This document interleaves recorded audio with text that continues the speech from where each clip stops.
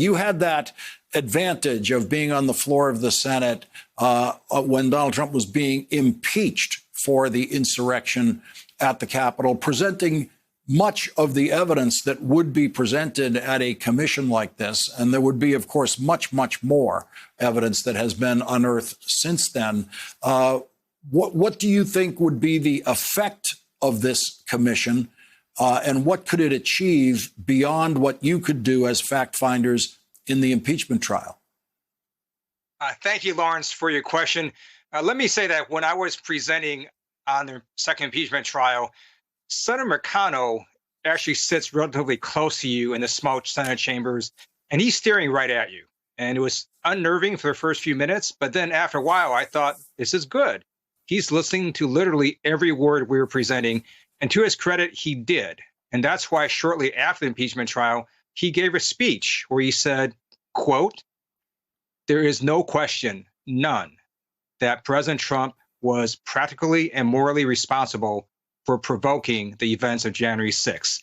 So Senator McConnell knows how bad this evidence is, and I think that's why he's opposed to this bipartisan commission, because it can only get worse for the former president and his supporters.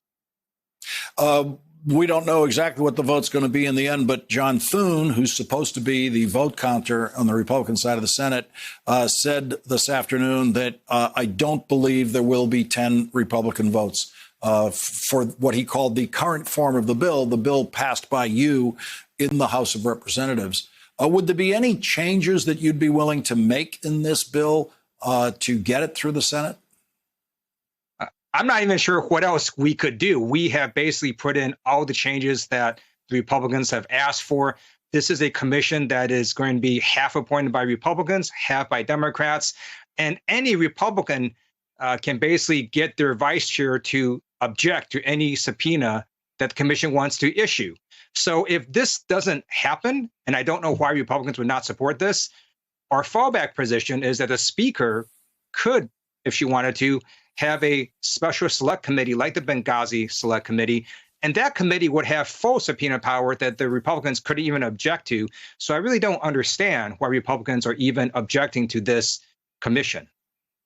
It's an extraordinary thing to watch. As I said, in any kind of normal universe, but of course, in a normal universe, you wouldn't have had the attack on the Capitol. But in the voting patterns of the past in the Congress, this bill passing both houses of Congress would be unanimous. Absolutely. Now, in the House, we did have 35 House Republicans vote for it. That was actually more than I had expected. I was only expecting about 20 because Kevin McCarthy was also full on trying to get Republicans not to vote for it, which I still can't understand either. I don't know why people don't want to find out the truth about January 6th. It's something that all Americans should care about because we need to make sure something like this never happens again. You know, we frequently hear us saying we don't understand why they're doing this and why they're doing that.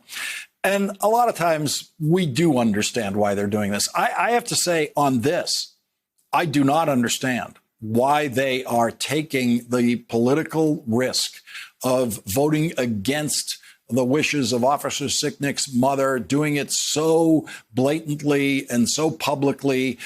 It is hard to imagine how this works in Republicans' political favor. I really do not know. I mean, I'm asking that question. I'm not asking it rhetorically. So let me tell you about experience during the impeachment trial. We were in the separate room with the other House impeachment managers, and we had 3 big screens on CNN, MSNBC, and Fox. And when we weren't presenting, we were watching what was happening. And there were literally multiple times where Fox News would just not cover the impeachment trial. One of those was during prime time when we had one of our most important videos showing police officers being brutalized on January 6th. And if you watch Fox News, you wouldn't know that even happened. And so I think we do have this problem where a certain segment of Americans really have no idea what happened on January 6th. And they're fed this false information that, in the words of Republican Andrew Clyde, quote, it was a normal tourist visit. So that's why we need this bipartisan commission. And it's very disturbing that Republican electeds who know better are opposing it.